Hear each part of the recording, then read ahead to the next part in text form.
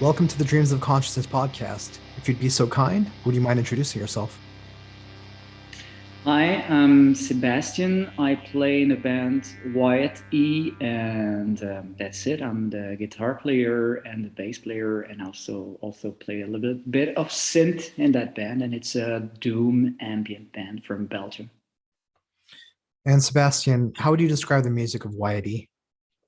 As I said, it's ambient doom band. We try to write the soundtrack of I would say piece of history that happened like 2,500 years ago. Uh, it's basically, it's kind of hard to describe actually, but it's basically a soundscape of what could have been the soundtrack of a travel in the desert in between Jerusalem and Babylon, in the 6th century BC. That's it. So, in recent weeks, I've interviewed a few bands who describe the music that they make as doom. Can you tell me, what does doom mean to you? Uh, I'm not really a metalhead. I've never been a metalhead. Just before maybe my early days, so I cannot exactly tell you what it is to be what it is, doom or whatsoever. It's like, I would say people describe our music as doomy, but to me it's more ambient post rock with heavy guitar sometimes, you know. So I cannot really tell. Maybe it comes from the fact that our music is heavy and balanced at the same time, you know. But I don't know exactly what doom is. When people are telling me that our music is doom, I don't really get it. But I you know, and I'm just playing music, and it's fine if they want to put me in a frame or something, you know. So, beyond the term doom, well, I assume when people describe Wyatt E as doom, what they're saying, what they're referring to is the pace. Do you think that that's probably the case? Yeah, might be. Yeah, most of our songs start with a bass or a synth bass ID, so that might come from there. Actually, yeah, we just try to make like long songs that are well balanced with good bass line. Actually, so if being a doom band is about the bass, then it's totally right. And the tempo is probably what a lot of people are. Yeah, sure. It's kind of slow, you know. It goes like, it's, well, I don't know if balance is the right word, right term for that, but like, yeah, the tempo, it's always like 70 BPM or something like that. So it has this thing behind the soundscape that's rolling, you know. It comes from the drum and the bass, and it's like, yeah, uh, yeah, it's well written, I would say. And as somebody who doesn't come from a metal background, how do you feel Mhm. about being associated with these kind of slow doom heavy metal bands like Sleep or Ohm that you sometimes get compared to? Yeah, actually, the connection, I totally get it, you know. And but the Sleep, you know, we've never considered ourselves as a stoner band, so maybe that's why I didn't make the connection in between our music and doom music. But yeah, sure, the dumb association is kind of obvious, you know. It's because, not because of the bass, I would say it's because of the Middle Eastern uh, uh, background, the Middle Eastern influence and stuff, you know. That's maybe why people are connecting us to Om. And then it's quite easy to connect us to Sleep, since Om and Sleep share like two-thirds of their band members, at least in the beginning of Om, of course. But yeah, actually, You know this band called Master Musicians of Bukake? They're from Seattle. You know the band? I'm familiar with the name. I'm not sure I've actually heard their music. Okay, you should definitely check it out. It's not quite a doom band either. I wouldn't say it's a doom band, but it's also an influence for us, you know. And it's probably this, yeah, this people like to call it folk or world music, but I don't like this word actually. But yeah, it's this Middle Eastern influence, I would say. But of course, when they compare me to Sleep and I'm always happy with that, because it's both band that I do like, even if I'm not a metalhead. You know, I don't have a metalhead background, but of course, being in the Wyatt E helped me discover a lot of bands, and that's it. Of course, I do love Sleep, I do love I do love High on Fire, and all those bands that are doom related somehow. So beyond, outside of genre classifications like doom or post rock or ambient, if you had to describe the music of Wyatt E in terms of the feeling or the emotions that you generate, how would you describe your music? Well, our music is some sort of a introspection, I would say. You know, I'm from a Jewish background. I have Syrian Jewish ancestors, and to me, it's a way to reconnect with my past, or at least the past of my family, and that's how I would describe the music. It's a music trying to reconnect myself with the past of my ancestors. That's it. But it's not really musically explained, but it is what it is, you know. Otherwise, we started, Stefan and I, this band a couple of years ago with the idea of writing the soundtrack of a movie that didn't exist back then, you know, the movie of herself looking for something in the past. That's more like it. It's we consider music more of a soundtrack, the soundtrack of a movie, actually. So with that, of our life. sorry, go on. Yeah, just I was just done with that. Like the movie of our life, you know, the movie of our past life, actually. So with that in mind, with, you know, the idea of a soundtrack to a movie or the soundtrack to an epic story, would you describe your music as cinematic? Yeah, totally. But of a movie that's being written at the moment, you know, that's being written by the music.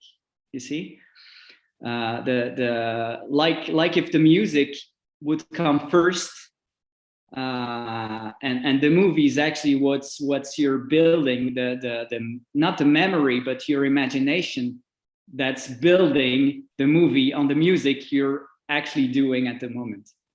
Absolutely. And in terms of some of the Middle Eastern melodies and religious themes in the music, would you describe Wyatt E as meditative in terms of the feeling either you get while playing it or that people get while listening to it?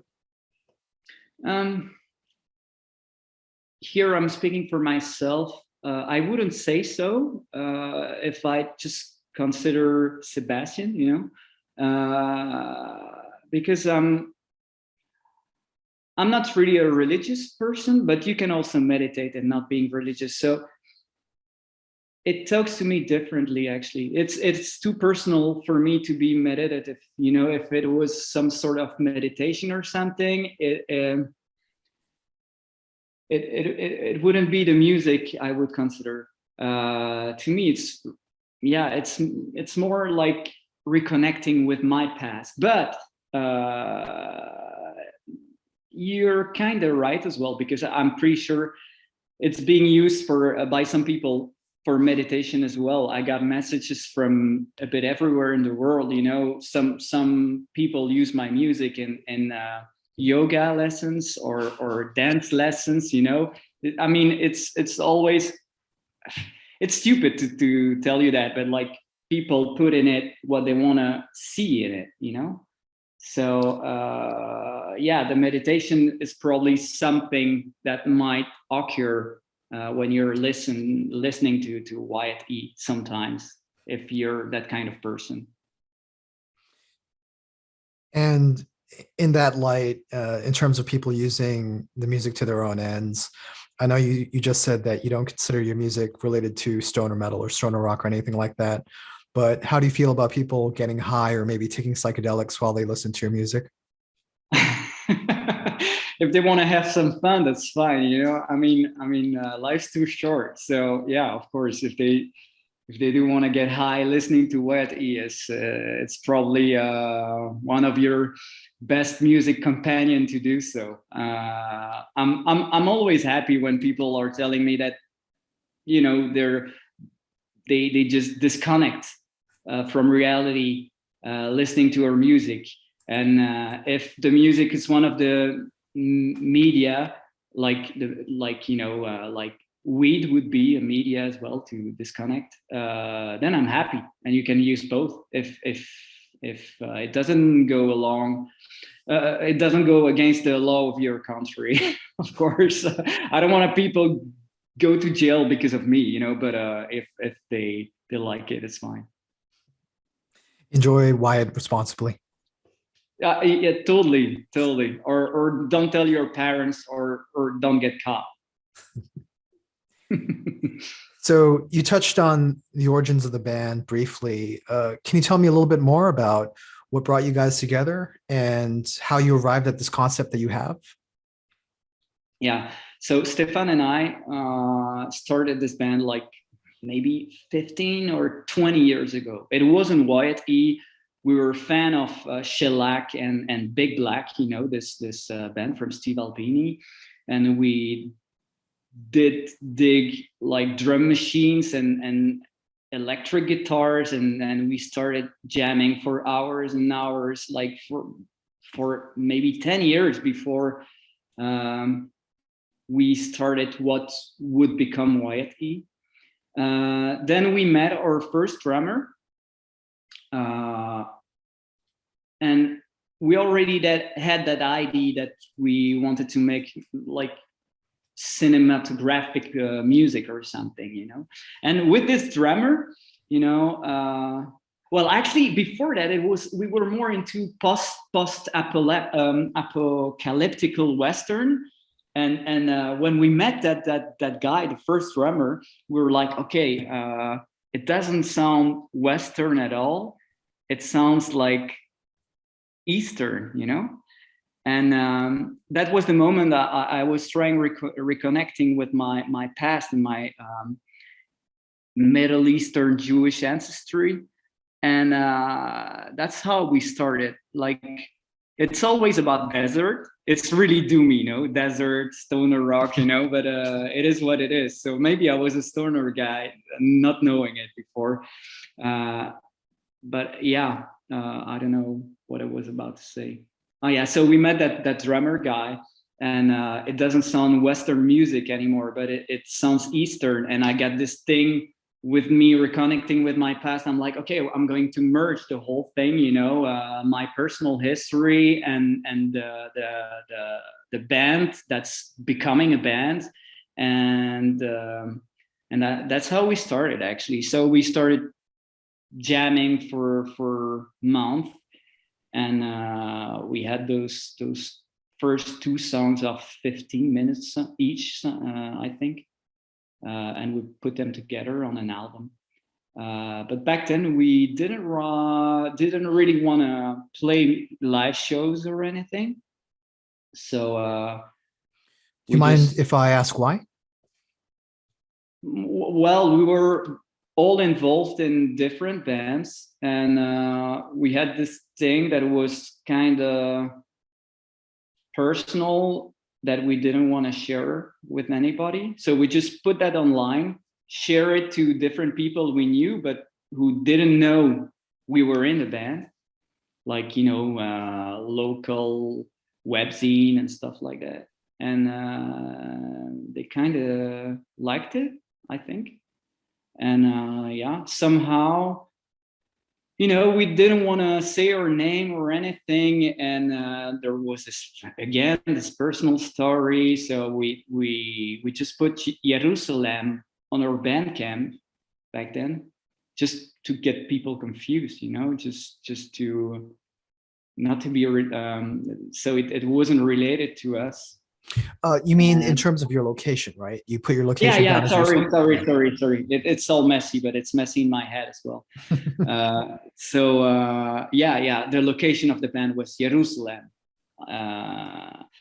and somehow, like two magazines from Israel that year, 2015, found us, and I don't know how actually, and they put the album in their 2015 top 10 metal album produced in Israel. And so And like at this point, there's you're still quite anonymous, right? Like in terms of what nobody knew who yeah was behind the project. maybe we played 2 or 3 shows back then, so our friends started to know who was Wyatt E, but like it was very local, we did play bars and little parties that would happen in the city or stuff like that. So it wasn't anonymous because people knew who we were, but it was anonymous because, like, except for like our close relative and friends, nobody would care about that band. It was just a stupid tiny band. And so yeah, there's this guy sending me an email early 2016, I guess, and he's like, okay, I'm from Jerusalem, and we know the scene quite well here, and we think you're not from Jerusalem or even from Israel, but we do like your music. So I had to tell them like the whole background story of me, and like I said already 3 times, and they were like, yeah, but we like your music, so we would totally produce the next album. So we found a label like that by accident, just because we were putting Jerusalem as a hometown. And we went there, we toured there with the second album, and we became a band because we started touring, we started playing shows, underground shows, of course, not stadium, I wouldn't be here. But so yeah, that's a funny story actually. So somehow, by having this band, trying to reconnect with my past, I did reconnect with my past, meeting guys over there in Middle East that dig our music, So it was also some sort of approval, because I never wanted to make something like that sounded like a cultural appropriation or something. It was important to me to make something personal that was speaking to me, but like we got the recognition of it, because yeah, it's been approved somehow, and my seek of my past led me to my past for real. So it was funny. It's a funny story actually. Can you help me with the timeline a little bit from when you and Stefan first started jamming together to Right. 2015 Yeah. when you released that first EP? How long did it take you to actually, or how long before that first EP did you arrive at the sound, this Middle Eastern cinematic sound? Okay, the cinematic sound took like 2 years, something like that. But we started jamming together in 2007 or 8. So we did jam for like, I don't know, 6 or 7 years before it would become what it is, And it's the meeting with that drummer in 2013 and the jam that followed and the songs that followed the meeting with him who led us to the band as you know today, actually. So 2007, I met Stefan and I play with him for like 6 years. Nothing happened. 2013, we met this guy. His name is Romain, and yeah, then it became a band sounding like Wyatt E, like today's Wyatt E, and yeah, the first record arrives in 2015, and the second one in 2017, and the third one this year. So. And we'll talk about the third one very soon. Tell me a little bit about the instrumentation that you guys use. Well, first of all, am I correct in saying that Wyatt E is a trio? Yeah, it is. Okay. It is. It is a trio, but with different drummers, actually. Okay, different drummers meaning different people taking on the role.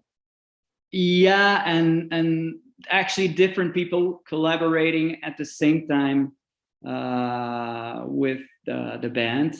But like there are like two drummers that we work with, Gilles and Jonas. But on stage we're only with one drummer. For now. Yeah. But on the recordings, you have two drummers simultaneously? Actually, yes. Okay. I mean, playing simultaneously, sure, but like not recording simultaneously. That's it. I see. Okay.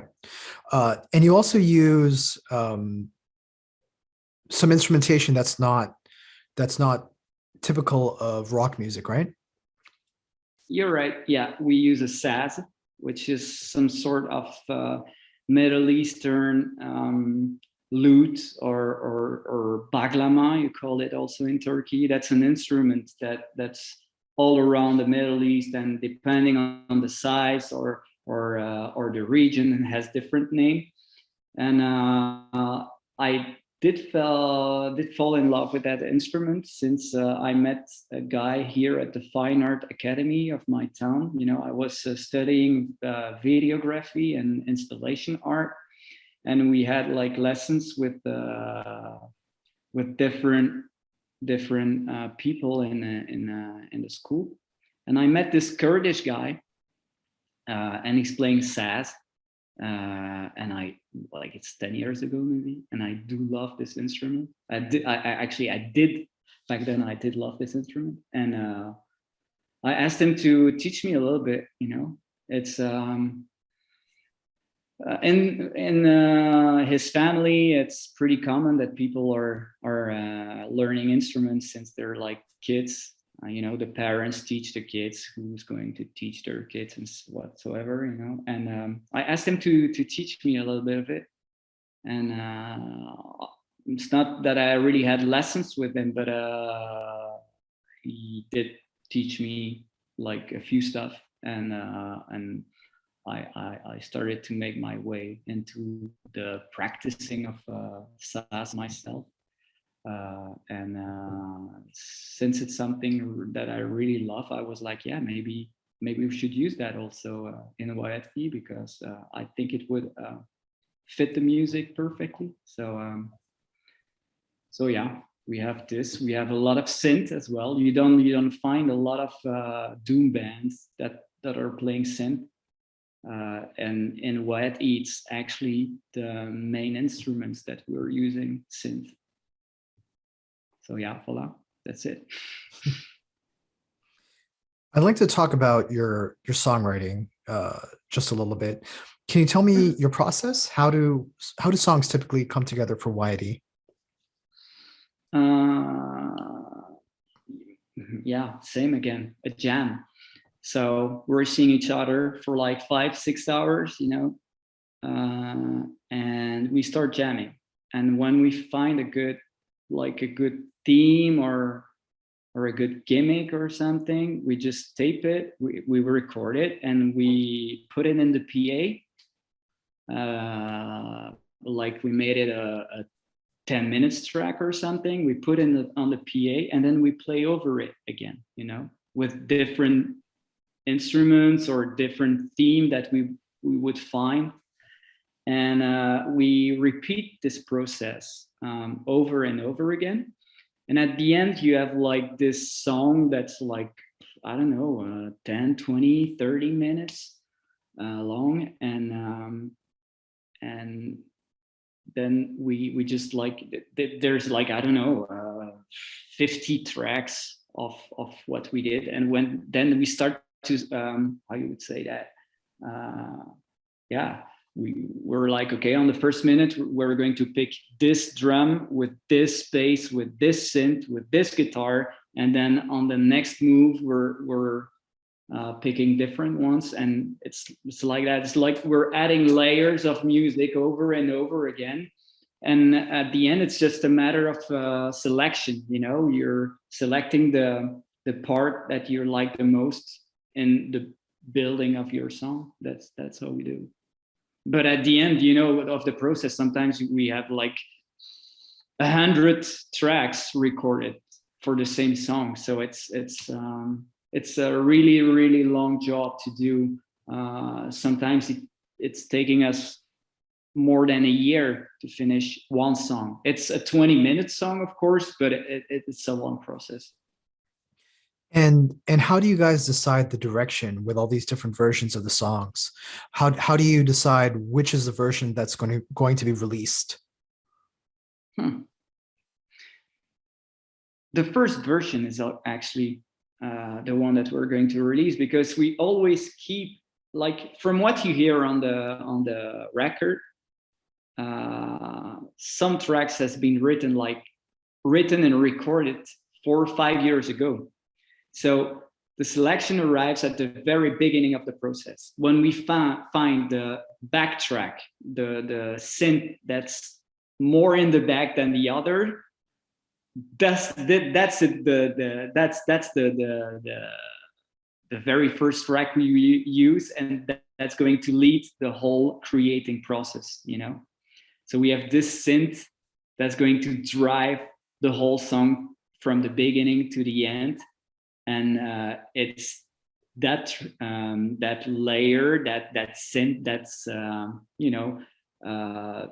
recorded since the very beginning. That's it. Okay, maybe I'm not sure if I'm making myself clear. You know, I'm sorry. Yeah, I think I misunderstood what you said. So if I understand your process correctly, you start with a synth line, and once you arrive at a synth line that you like, you play that over the PA and then jam over the synth line? Yes. And then you record that jam. Yeah. Okay. And then we jam over it again and again, you know, but over the same instrument we did record the time before. So like so there's this synth that's first, you know, then we jam with a bass and another synth, and we keep them, and then we put the whole thing in the PA again, and then we jam with the guitar and the saz, and then maybe again with the synth and some percussion or something. And at the end you have this like big block of 100 tracks playing simultaneously, and it's just a matter of selecting what you're going to keep on each part and make a song through it. Sorry. Okay. Now, are there multiple versions of these jams? Yeah, we have like tons of version, actually. Yeah, of course. But this is never going to be released, because if it's not on the record, it's because we're not satisfied with it. So how do you decide which is the version that you're going to release? What makes you happy with the song? Building a tension, building a climax, reaching a mix that's well balanced in terms of bass and treble. Stuff that are happening. I'm ready to wait 10 minutes to build a climax, but it has to arrive. And if it doesn't arrive, then the song is not is a failure. So what makes us happy is this sonic explosion that somehow arrives in the song. That's it. And as you're jamming, can you predict when the peak is going to come? Especially given the amount of time that you and Stefan have been working together? Yeah, it's sometimes it's obvious, you know, because we're listening to the track right after we recorded it, and we're like, okay, that's the moment, you know, it happens now.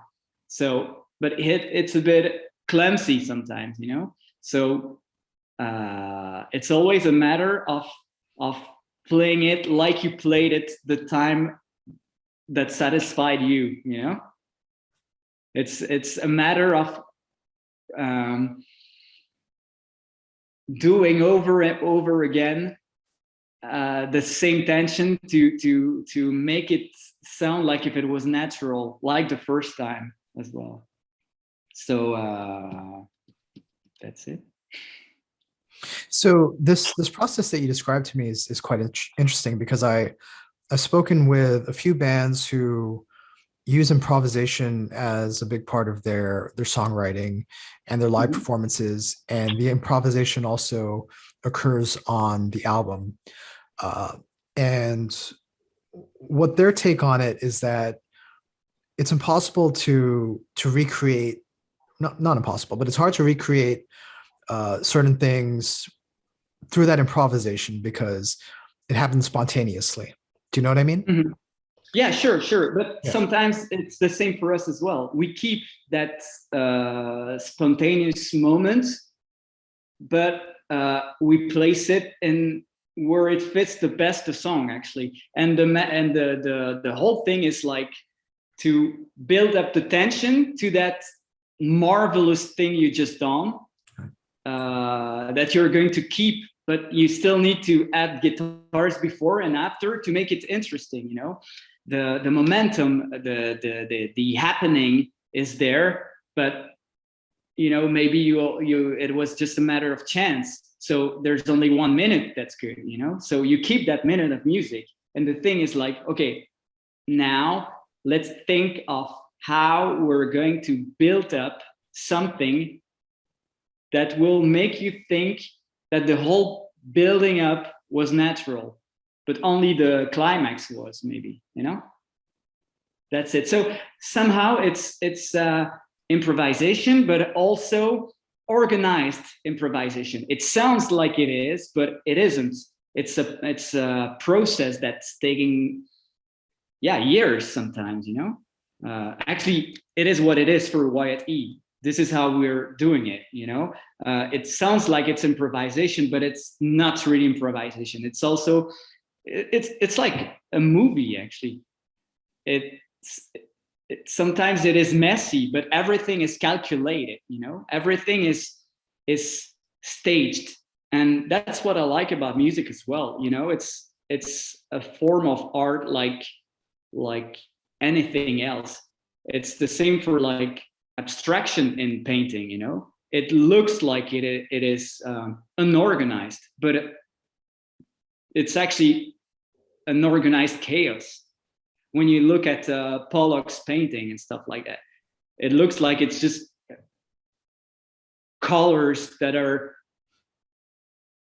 painted like that with no order on the canvas, but it is, and that's what it makes it so beautiful. It's because it's organized, but it looks like it isn't. So let's talk about the new album. No. I'm sorry. That's a good explanation. That's a good explanation. I mean, I don't really have anything to add to that. It's a fascinating process to me, because I don't think I've ever heard a musician describe quite the process that you described to me, of jamming, but then jamming on top of the jam, and then, do you know what I mean? Yeah, sure. Yeah. So it's interesting. I'm digesting. I'm not judging. I just. No worries. It's not a matter of judging. It's just a matter of how to explain. You know, even English is not my mother language. You know, I do speak French normally, so I have to think a little bit. You know, I do think in English, of course, but sometimes I just do pick the right word because I want to be clearly understood. You know. Sure. So let's talk about the new album. Would you mind saying the title for me? Albeluti daru. Albeluti Daru, which will be released. How was that? Was that close? It will be released on the 18th. No, my pronunciation. Was my pronunciation close? Oh yeah, sorry. Yeah, your pronunciation is close. Yeah. Sorry. I'll try to practice it before the end. I have to say it one more time at the Albeluti end. Albeluti Daru, which will be released. Daru, sorry. Albeluti Daru, which will be released March 18th through Stolen Body Records. Yeah. So we spoke extensively about your writing process. Let's talk about the two songs that are on this release. Tell me about side A and tell me about side B. You don't want to say the title, right? Well, I'll try. This is a very international podcast, and so I'm frequently required to speak in Spanish and Swedish and a lot of different languages. Welsh was on this podcast quite recently, and so I'm not afraid to completely mispronounce names. But yeah, I think everyone understands that I'm just trying to do my best. Okay. So let's try side A. Mushushu.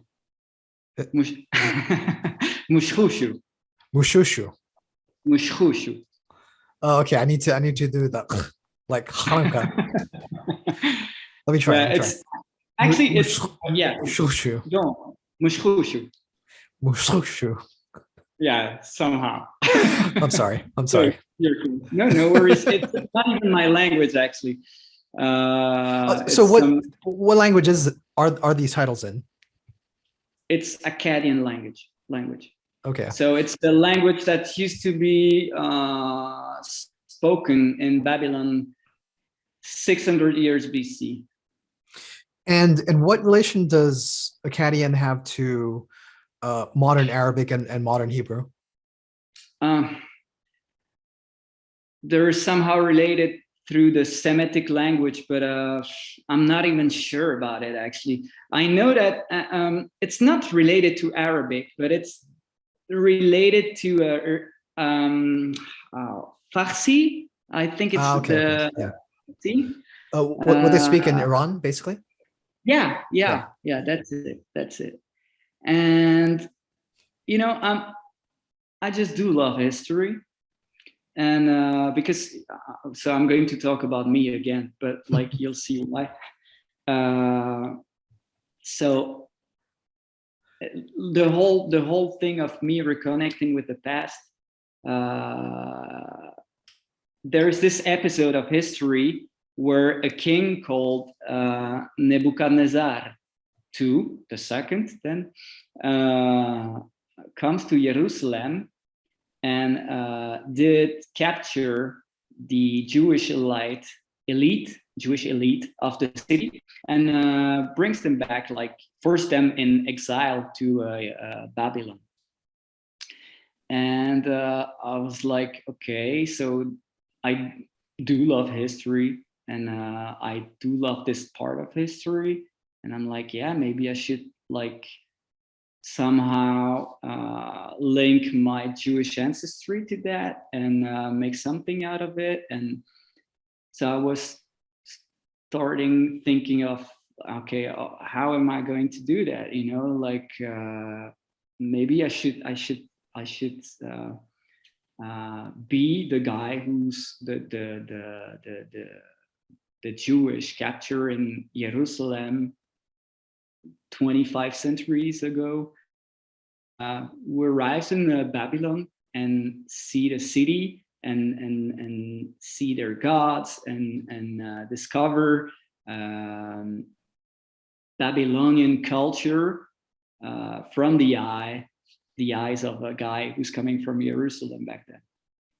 So that's why we choose Akkadian language for the name of our songs and album and stuff like that. So I don't know where I'm going, but well, let's talk about the first song. Let's talk about side A. The first one, Mushushu. Okay, so Mushushu is the creature that accompany the Marduk. Marduk is the god of war in Babylon, and he has a creature always going along with him. And Mushushu is the name of Mushushu is the name of this creature.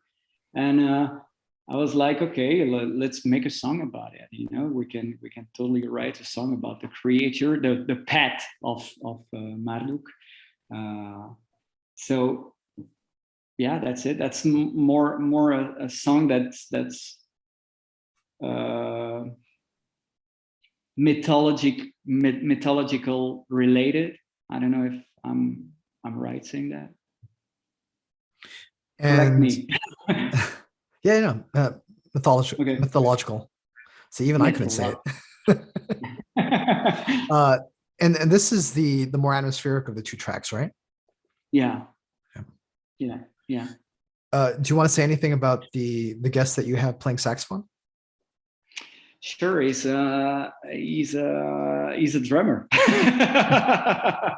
He used to be a saxophone player, but he's a friend of mine. I'm playing with him in a different band, and he's the drummer of that band. And I know that he's really good at playing the saxophone, but he didn't play saxophone for like 10 years, and I kind of forced him in because I needed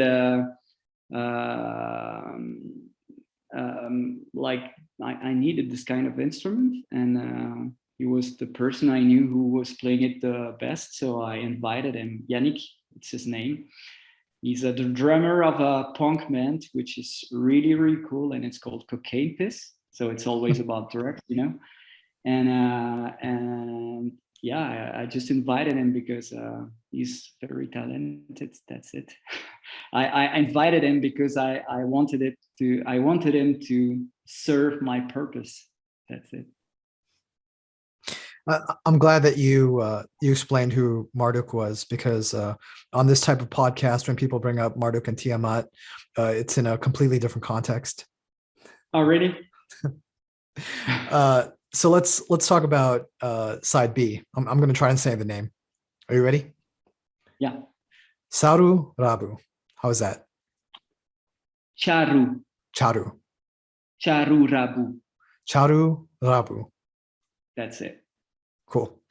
Tell me about the song. Tell me about side B. It's a military march. Charu Rabu means the great king. The great king is Nebuchadnezzar II.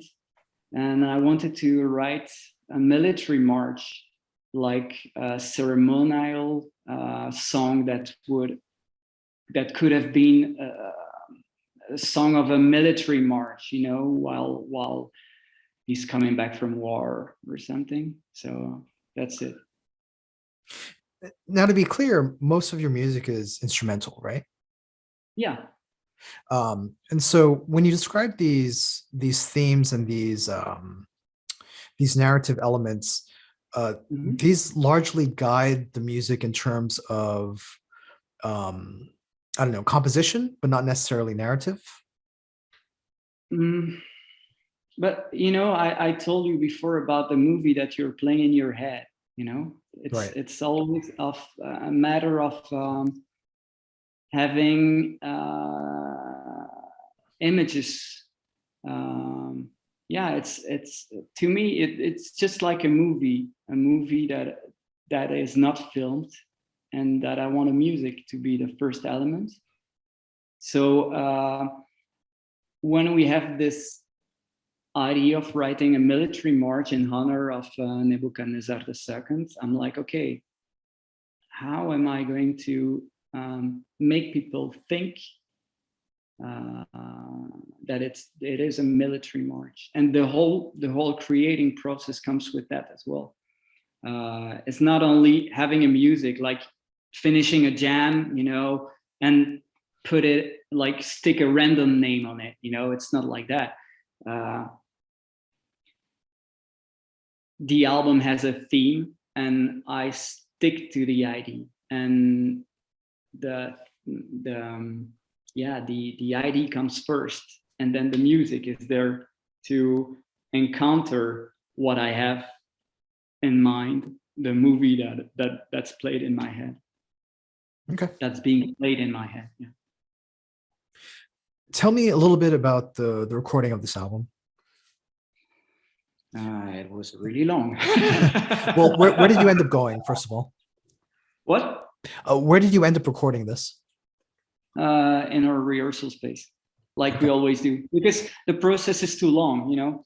Like I said, in between the first synth track and the last guitar or whatsoever, whatever instrument we recording the last, sometimes there's like 3 years, you know. So we cannot afford to be in a studio for that such a long time, because it's also a matter of recording, like, I don't know, 4 hours of music and then going home and listening to it for a week, and then come back to the rehearsal space with fresh ideas, you know. That's the process. I mean, it's not some sort of attitude we're having. It's how it works the best with the two of us, Stefan and I. And so we stick to that process, because we know that we're never going to be more efficient than that.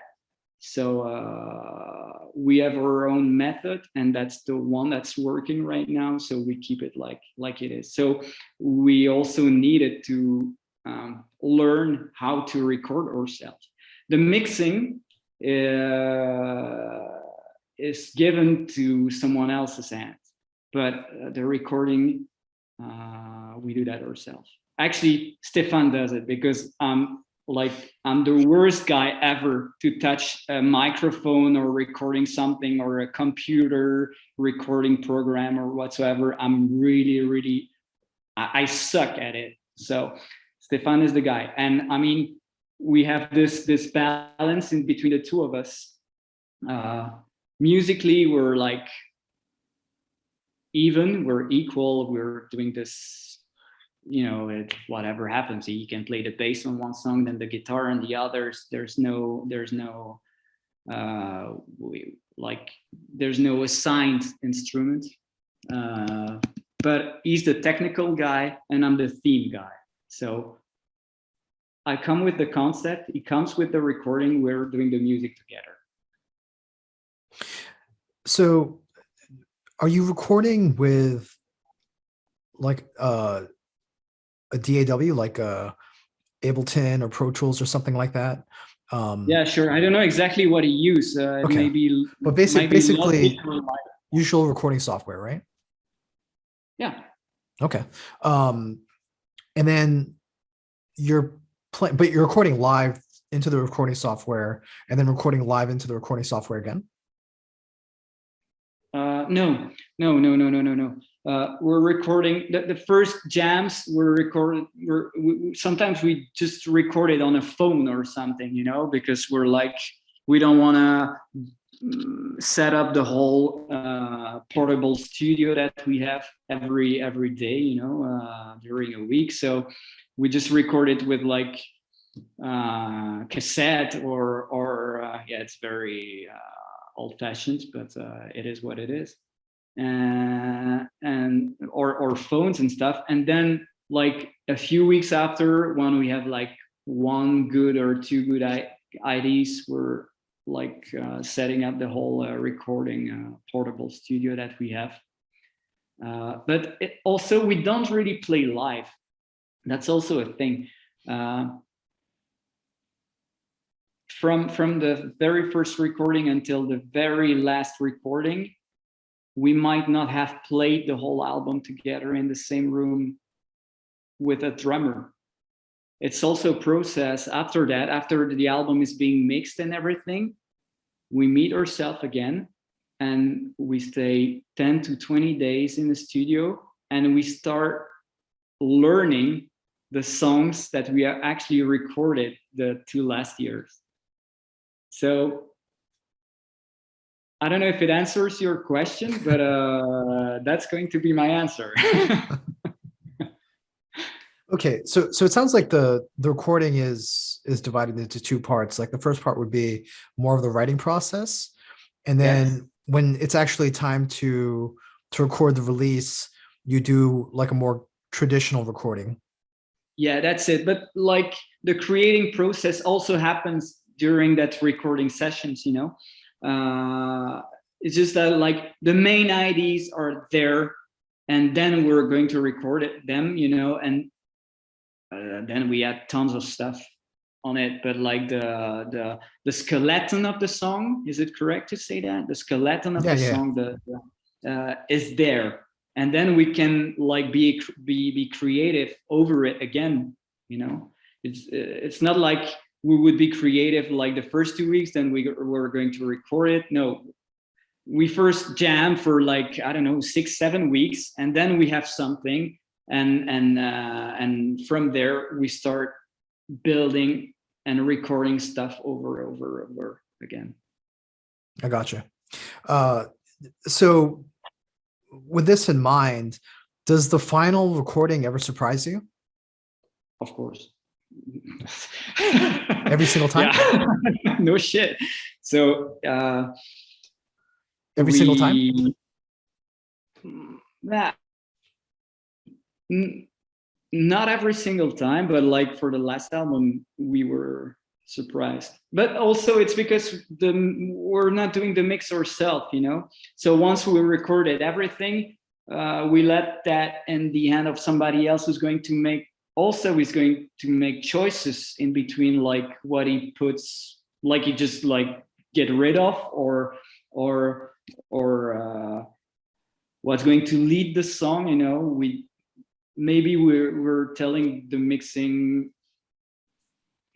guy, okay, for that part we want to keep the synth really hearable, or really strong, or for that part please keep the bass, because it's what's driving the song, you know.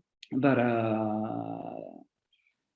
the guy is also choosing and getting rid of some of the stuff we made. So yeah, at the end, of course, it's not exactly what we had in mind in terms of mix, but the whole composition is there, you know.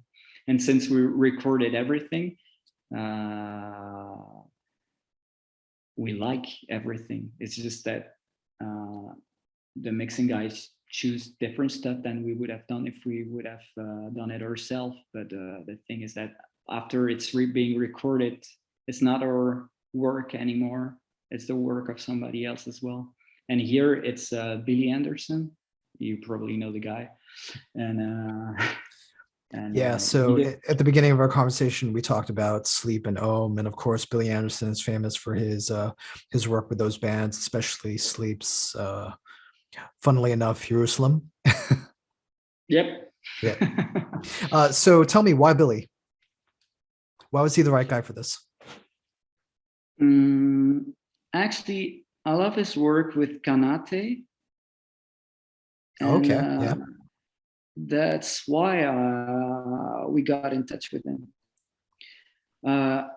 Did he also work with Asva, right? I'm not sure. He's got quite a few credits. Yeah, okay. Because I do love that band. I saw them like I don't know, 15 years ago, and I really loved them. And when I saw that he was the guy behind that, I was like, okay, I gotta work with him. And he also worked with a band from Belgium called Amenra. Yeah, of course. Yeah. And I know a bit the singer Colin, and yeah, when I knew that he collaborated with them, I was like, yeah, let's give it a try. It's not like it's unreachable for people outside the US, so I just sent him an email, and that's it. We got to work together. I really wanted to have him mixing the stuff in a way that we wouldn't have think of. And yeah, that's actually, yeah, people are always think of and sleep, or even the Melvins, but it's the Kanate, Aswa, Amenra that brought me there. Now, was there something specific to those bands that you wanted Billy's help in bringing to Wyatt? No, not really, actually. No. Okay. No, because our music is totally different. It's just a matter of treatment and picking the right element to put before the others. And I really like, especially on Asfa, actually. So it sounds like it's just Billy's expertise that you're looking for, not necessarily any specific sound. No, yeah, more an expertise. You're right, and also somebody who's going to make the right choice. That's it. In terms of instruments, that's it. And do you want to talk about who mastered this? Justin Weiss. Yeah. How did I get to know him? I think it's because of the master musicians of Bukake connection as well. And also, when you work with someone like Billy Anderson, you gotta look up for somebody who already worked with him on records. And there's a connection there. I don't remember exactly what album it was, but when I saw it, I was like, okay, we definitely need to work with the guy who mastered this album of Billy Anderson. So that's how we got to know him. But Stefan took over that part, so I'm not really aware of how we did it. Yeah. But in terms of the sound, because you've heard the finished product, what would you say that Justin brought to the sound?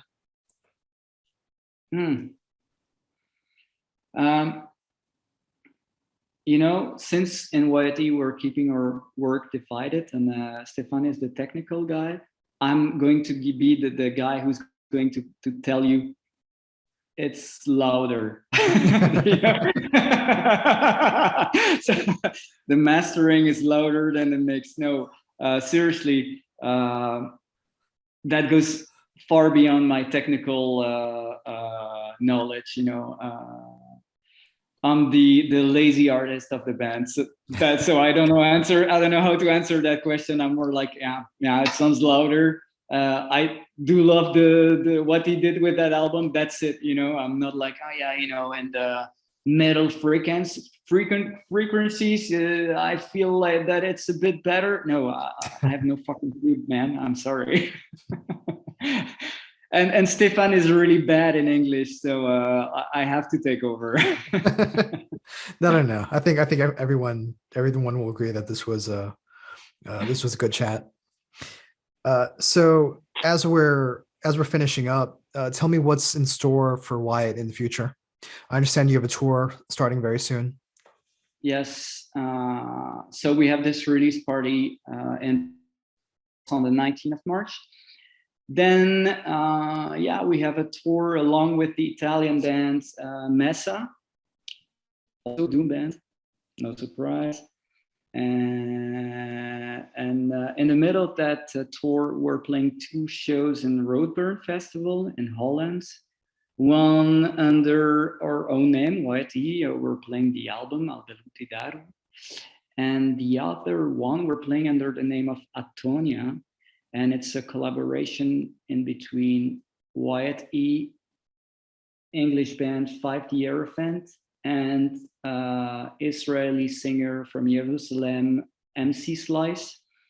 And we're creating 40 minutes of exclusive music only for that show, actually. So Atonia is some sort of a spin-off band of Wyatt E, 5D Elephant, and MC Slice. And then we have some tours in the summer and stuff like that. And will the Atonia show be recorded? yeah, it will be recorded and video recorded as well. But we're in the middle of the process, and we're far behind our schedule. So we're still creating music for that. But I think it's going to be a cool collaboration. It's not really doomy, it's more droney, and Tomer, she has an amazing voice, and sometimes it's like folk Israel song, and then suddenly become black metal, you know. It's weird. I don't know what to expect, actually. I think it's going to be good, but I'll be happy once the show is done and we have the recording. So yeah, I think it's going to be a cool project. Sorry, did you say that the Atonia show will be taking place at Roadburn? Roadburn, yeah. Okay, cool. Do you know what date that might be? What? Do you know what date that would be? Yeah, it's let me think. It's so 21st of April we're playing the Wyatt E show, and the 22nd we're playing Atonia. Very cool. So, all right, get ready. I'm gonna try to say the album title one more time. Al Baluti Daru. How was that? That's really good. That's really good. I mean, if I'm not saying anything, it means that it's good. Okay. Okay. So Al Baluti Daru will be out on March 18th through Stolen Body Records. Sebastien, what is the best way to get this album? How can people order it? From now on, it's better to go on Stolen Body web store, because it's completely sold out on our side. So yeah, better go on stolenbodyrecords.co.uk, something like that. And you can also visit our merch. Wyatt Doom on Bandcamp. So Wyatt Doom is our tag everywhere, you know, on Facebook, facebook.com/Wyatt Doom, Instagram, it's Wyatt Doom, and Bandcamp is also Wyatt Doom. So yeah, we got to stick to the label we've been given a couple of years ago. So when you say sold out, do you want to say what the physical releases were? Yeah, so there has been 700 copies, and we were given 100 copies for ourselves, and those band copies are sold out. So I don't have any, even for my mom. You know? But you cannot be. This was both CD and vinyl, right? Yeah, but you can grab some CDs as well on Stolen Body web store. You know, there are still a few LPs on their web store, CDs of course, but on Wyatt East side it's sold out. So better come and come to the shows. We might have some copies, but it's not online anymore on our Bandcamp. So stolenbodyrecords.co.uk. Now there was some kind of limited edition vinyl, right? Yeah, those that are sold out. Oh, those are the ones that are sold out, but the regular black is still available. Yeah, the black is still available. Okay. And as far as your Bandcamp page, people can still order the digital version through there, right? Of course, yeah. Cool. Is there anything else you want to say? I think not. Very cool. Thank you. Yeah, thank you for your time. I did appreciate it. Merci beaucoup.